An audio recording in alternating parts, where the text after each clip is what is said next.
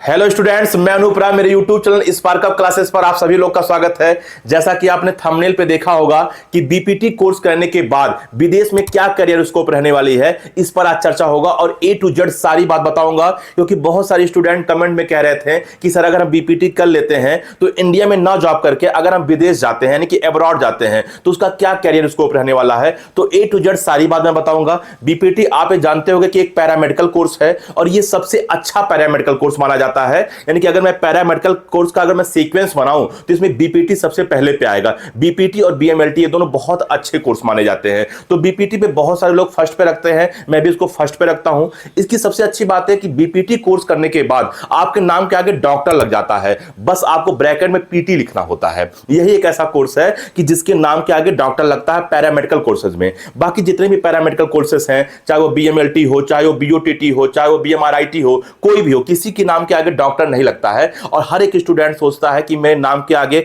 Doctor लग जाए, एक टैग वो चाहता है डॉक्टर का। हाँ, एक बात है कि ब्रैकेट में पीटी लिखना होता है। तो इंडिया में इसका क्या करियर स्कोप है, ए टू जेड मतलब सारी जानकारी अगर आपको चाहिए तो आप कमेंट कर सकते हो। बस इतना लिख देना कि बीपीटी डिटेल इन इंडिया, या फिर आप बीपीटी इंडिया लिख देना। मैं समझ जाऊंगा कि आप इंडिया के लिए भी वीडियो मांग रहे हो। लेकिन आज मैं केवल विदेश के लिए बता रहा हूं कि कौन कौन से विदेश में इसकी सबसे ज्यादा डिमांड है। पहले बात ये बताऊंगा। दूसरी बात ये बताऊंगा कि इसकी सैलरी कितनी रहने वाली है बीपीटी की, कौन से विदेश में कितनी सैलरी रहने वाली है, सबसे ज्यादा कहां होगा, सबसे कम कहां होगा, इसके बारे में बात होगा। फिर तीसरा बात मैं बताऊंगा परमानेंट रेजिडेंसी, क्योंकि बीपीटी कोर्स करने के बाद आपको विदेश में परमानेंट रेजिडेंसी भी मिल जाता है, इसके बारे में बताऊंगा। फिर बताऊंगा कि विदेश में आपको कौन कौन से सेक्टर में बीपीटी कोर्स करने के बाद जाना होता है। फिर मैं बताऊंगा कि अगर आप बीपीटी कोर्स करते हो तो उसके लिए लाइसेंस पाने के लिए विदेश में कौन सा एग्जाम देना होता है। और लास्ट में आपको मैं ये भी बताऊंगा कि अगर आप बीपीटी कोर्स कर रहे हो तो उसके बाद क्या और कोई कोर्स कर सकते हो जिससे आपकी डिमांड और बढ़ जाए और आपका कैरियर और भी उज्जवल हो। तो ये सब सारी बातें आज की वीडियो में कवर किया जाएगा। आप ए टू जेड सारी बात देखिए। अगर उसके बाद भी आपको कहीं कोई समस्या आता है तो आप बेझिझक कमेंट कर सकते हो। मैक्सिमम कमेंट्स का भी रिप्लाई किया जाता है। और हां, इंडिया के लिए अगर आपको इसी प्रकार की वीडियो चाहिए तो आप कमेंट कर देना, बीपीटी इंडिया लिख देना, तो मैं समझ जाऊंगा कि आप शॉर्ट में क्या कहना चाहते हो। तो ठीक इसी प्रकार से सारी बात ए टू जेड इंडिया के लिए बना दिया जाएगा कि बीपीटी कोर्स करने के बाद इंडिया में आपका क्या करियर स्कोप रहने वाला है, हर चीज बता दिया जाएगा। तो ठीक है स्टूडेंट, एक एक बात करके अगर आगे बढ़ते हैं। चलो एक बार हम लोग थोड़ा सा जान लेते हैं कि बीपीटी कोर्स करने के बाद करना क्या होता है, चाहे आप इंडिया में करो या विदेश में करो। वैसे इस वीडियो में केवल विदेश के लिए बात हो रहा है। तो स्टूडेंट मैं आपको बता दूं कि बीपीटी का मतलब बैचलर इन फिजियोथेरेपी, ठीक है ना।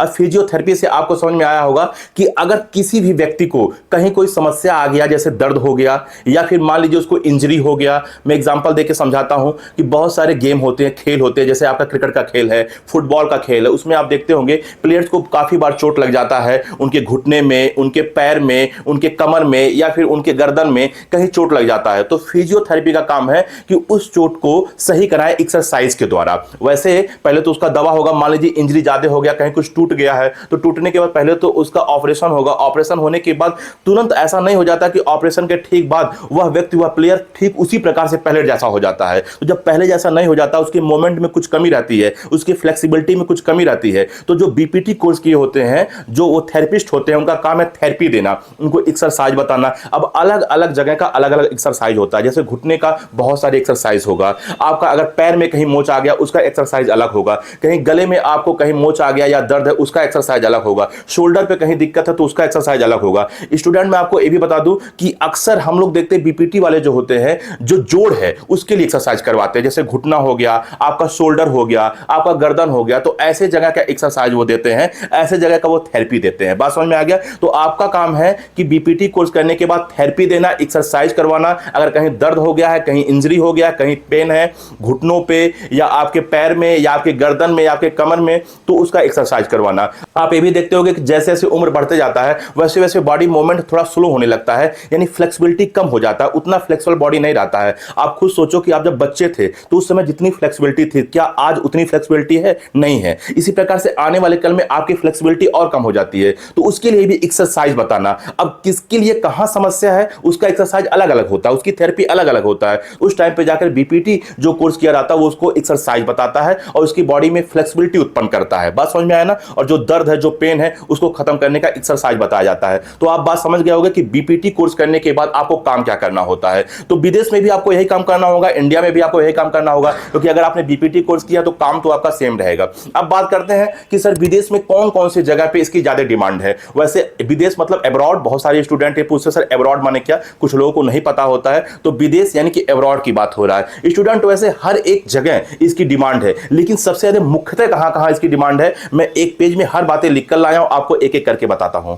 तो सबसे पहले अगर हम बात करें तो यूएसए में, कनाडा में, यूके में, ऑस्ट्रेलिया में, न्यूजीलैंड में, दुबई में, जर्मनी में, ऐसे जो देश हैं इन सभी देश का आप नाम सुने होंगे, ये बड़े ही फेमस देश है। इन सभी देशों में फिजियोथेरेपिस्ट की बहुत ज्यादा डिमांड है। मैं ये भी कहता हूं कि इसके अलावा अगर और भी देश बहुत सारे हैं जहां फिजियोथेरेपिस्ट की डिमांड है, लेकिन ये ऐसे देश है जहां बहुत ज्यादा डिमांड है। तो स्टूडेंट अगर आप फिजियोथेरेपी कोर्स कर लेते हो, मतलब बीपीटी कोर्स कर लेते हो, तो आप यहां जा सकते हो। हाँ, बस बात है कि अगर आप यहां जाते हो तो यहां जाने के लिए आपको एक एग्जाम देना होगा, जिससे आपको वहां का लाइसेंस मिलेगा। जैसे आपने बीपीटी कोर्स इंडिया से कर लिया, अब आप कहोगे सर बीपीटी कोर्स अगर इंडिया से करना है तो कौन कौन से एग्जाम के थ्रू जा सकते हैं। तो स्टूडेंट आप सीयूईटी के थ्रू बीपीटी कर सकते हो, या जो आपके स्टेट पैरामेडिकल एग्जाम होते हैं उसके थ्रू आप बीपीटी कर सकते हो। जैसे आप उत्तर प्रदेश के हो तो इसके लिए आपका यूपी सीपेट का एग्जाम होता है। अगर आप बिहार के हो तो इसके लिए बीसीईसीई का एग्जाम होता है। अगर आप एमपी के हो तो इसके लिए एमपी पीएनएचटी का एग्जाम होता है। अगर आप राजस्थान के हो तो इसके लिए आरयूएचएस का एग्जाम होता है। सुमन मैम ने इस वीडियो में सारी बातें बताया है। वैसे आरयूएचएस अब ऐसा माना जा रहा है कि अगले साल से नहीं होगा, नीट के थ्रू ही आरयूएचएस के जितने भी कोर्स हैं उसकी काउंसलिंग होगा, ठीक है ना। और स्टूडेंट ये बता दूं कि नीट के थ्रू बीपीटी कोर्स होने की भी बात चल रही है। 2026 तक एक कंफर्मेशन आ जाएगा कि बीपीटी कोर्स अगर आपको करना तो क्या नीट के थ्रू भी होता है। जैसे इसकी कंफर्मेशन आ जाएगा आपको वीडियो बना के हम लोग बताएंगे, यानी कि अपडेट देंगे। लेकिन बात चल रही 90% मान के चलो कि हो ही जाएगा, ठीक है ना। लेकिन 2026 में ही इसकी कंफर्मेशन आएगा। अच्छा, अब बात करते हैं कि सर अगर विदेश जाना है तो जो आपने लाइसेंस के लिए एग्जाम बताया वो एग्जाम का नाम क्या है। तो ठीक है स्टूडेंट, मैं आपको बताता हूं। हाँ, तो देखिए अगर आपको यूएसए में आपको बीपीटी कोर्स करके थेरेपिस्ट बनना है तो आपको एनपीटीई एग्जाम है वो देना होगा। अगर आपको कनाडा में जाना है तो पीसीई एग्जाम होता है जो कि आपको लिखा हुआ मिल रहा होगा। अगर आपको ऑस्ट्रेलिया में जाना है तो एपीसी असेसमेंट नाम का एक एग्जाम होता है वो देना होगा। अगर आपको यूके में करना है तो एससीपीसी रजिस्ट्रेशन नाम का एग्जाम है ये करना होगा। तो ये चार मैंने आपको बताया, जो कि मैं आपको पहले ही बताया कि बहुत सारे देश हैं, लेकिन इनमें से ये ऐसे देश हैं जहां पे इसकी डिमांड बहुत ज्यादा है। तो चार ऐसे देश हैं जिनकी एग्जाम का मैं नाम बताया। अच्छा, आगे बढ़ते हैं कि सर इसकी कितनी सैलरी रहने वाली है हमारा अब्रॉड में। तो सैलरी पे भी अगर हम बात कर लेते हैं तो अगर आप यूएसए में जॉब करते हो, यानी कि यूएसए में अगर आप बीपीटी कोर्स करके आप जाते हो तो आपका 70,000 से 95,000 प्रति वर्ष, यानी कि एक साल में होगा आपका। लेकिन ये डॉलर में बात हो रहा है, यानी कि $70,000 से $95,000 तक प्रति वर्ष होगा। आप उसके रुपए में कन्वर्ट कर लीजिएगा, आपके पास गूगल है, आप उसमें डालिएगा कि $70,000 का रुपीज में कितना होगा, ठीक है। अच्छा, हाँ, ये प्रतिवर्ष की बात हो रहा है, यानी कि एक साल में आपका इतना पैसा मिलेगा। तो आप 12 से भाग दे देना तो आपको पता चलेगा कि एक महीने में आपका कितना डॉलर हो रहा है, ठीक। अच्छा, कनाडा में बात करें तो $55,000 से $80,000 प्रति वर्ष रहेगा इसका। अगर हम यूके की बात कर दें तो 25,000 पाउंड से 45,000 पाउंड प्रति वर्ष होगा।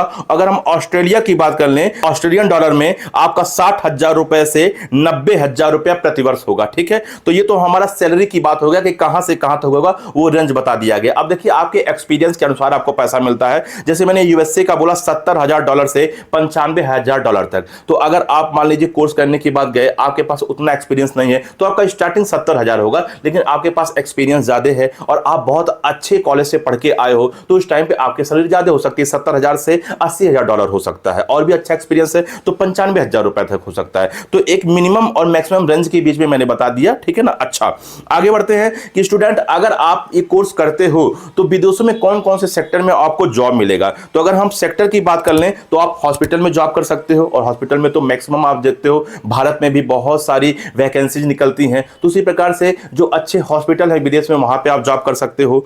स्पोर्ट क्लब में जॉब कर सकते हो, प्राइवेट क्लिनिक्स में जॉब कर सकते हो, ओल्ड एज कैरियर सेंटर में जॉब कर सकते हो, फिटनेस एंड वेलनेस सेंटर में जॉब कर सकते हो, होम केयर फिजियोथेरेपी में जॉब कर सकते हो। तो इस सब जगह आप वहां जॉब कर सकते हो। अच्छा, अब बात करने की सर अगर मान लीजिए हमको इससे हाई पढ़ना है, जैसे मान लीजिए बीपीटी कोर्स करने के बाद मास्टर कोर्स करना है, तो कौन कौन सा कोर्स हम कर सकते हैं। इसके लिए क्या बेहतर होगा कि बीपीटी करने के बाद हमारी कैरियर और भी आगे बढ़े, और भी उज्जवल हो, और भी ऊंचा जाए। तो स्टूडेंट मैं आपको बता दूं कि मास्टर ऑफ फिजियोथेरेपी यानी कि आप एमपीटी कर सकते हो।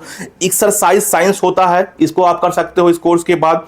स्पोर्ट फिजियोथेरेपी कर सकते हो, कार्डियो पल्मोनरी फिजियोथेरेपी कर सकते हो, न्यूरो फिजियोथेरेपी कर सकते हो, पब्लिक हेल्थ कर सकते हो, एमपीएच के नाम से जानते हैं उसको, और हेल्थ केयर एडमिनिस्ट्रेशन आप कर सकते हो। ये सभी कोर्स आप कर सकते हो बीपीटी कोर्स के बाद। इनको करने के बाद आपकी कैरियर और भी उज्जवल होगा और भी ऊंचा जाएगा, ठीक है ना। अच्छा, अब बात करते हैं कि आपको पीआर पाने का मौका कौन कौन से देश में ज्यादा होता है। पीआर मतलब परमानेंट रेजिडेंसी पाने का मौका कहां कहां ज्यादा होता है। तो देखो स्टूडेंट, कनाडा, ऑस्ट्रेलिया और न्यूजीलैंड, ये 3 ऐसे देश हैं जहां आपके पीआर पाने का चांस बहुत ज्यादा है। यानी कि लगभग मान लीजिए कि आपको वहां परमानेंट कर दिया जाएगा। ऐसा नहीं है कि आपका 2 साल का 3 साल का वीजा बनेगा और फिर आपको 2-3 साल में बार बार इंडिया में वापस आना है। लगभग आपका कंफर्म हो जाएगा कि आप वहीं के निवासी ही हो। तो पीआर पाने का मौका कनाडा में, ऑस्ट्रेलिया में, न्यूजीलैंड में सबसे ज्यादा है। तो स्टूडेंट, मैंने आपको इतनी सारी बात बता दिया कि कौन कौन से विदेश में इसकी कैरियर स्कोप ज्यादा है, मैंने इसके बारे में बताया। इसके बाद मैंने आपको बताया सैलरी कितनी रहने वाली है, जो कि आपने देखा होगा ऑस्ट्रेलिया, यूएसए, इन सब के बारे में मैंने आपको बता दिया कि कहां पे कितनी सैलरी है। वैसे मैंने डॉलर में और पाउंड में बताया था, वो भी प्रतिवर्ष बताया था और लिखा भी था बगल में।